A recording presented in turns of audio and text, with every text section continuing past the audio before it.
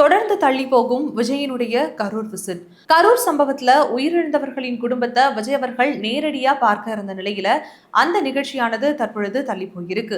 ஏற்கனவே தாவேக தலைவரான விஜய் அவர்கள் அக்டோபர் 13ஆம் தேதி பாதிக்கப்பட்டவர்களுடைய குடும்பத்தை நேரில் சென்று சந்தித்து ஆறுதல் உரைக்கிறதா இருந்தது. ஆனா ஒரு சில காரணங்களால தள்ளி போன அந்த நிகழ்வு அக்டோபர் 17ஆம் தேதி நடக்க இருக்கும்னு தகவல் வந்துச்சு.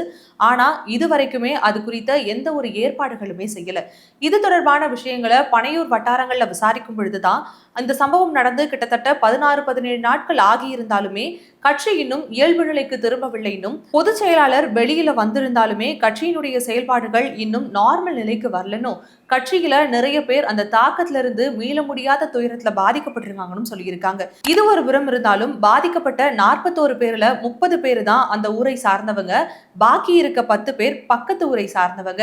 ஏற்கனவே துக்கம் நடந்திருக்கும் வீட்டுல விஜய் அவர்கள் தனித்தனியாக போய் சந்தித்தாருன்னா ஆல்ரெடி பாதிக்கப்பட்டிருக்கும் மக்களுக்கு மேற்கூட்டி ஒரு வருத்தத்தை ஏற்படுத்துற மாதிரி இருக்கும். அதனால பாதிக்கப்பட்ட ஒட்டுமொத்த மக்களையுமே ஒரு மண்டபத்துல சந்திக்கலாம் அப்படிங்கிற ஒரு விஷயம் தான் முடிவு செய்யப்பட்டிருக்கு.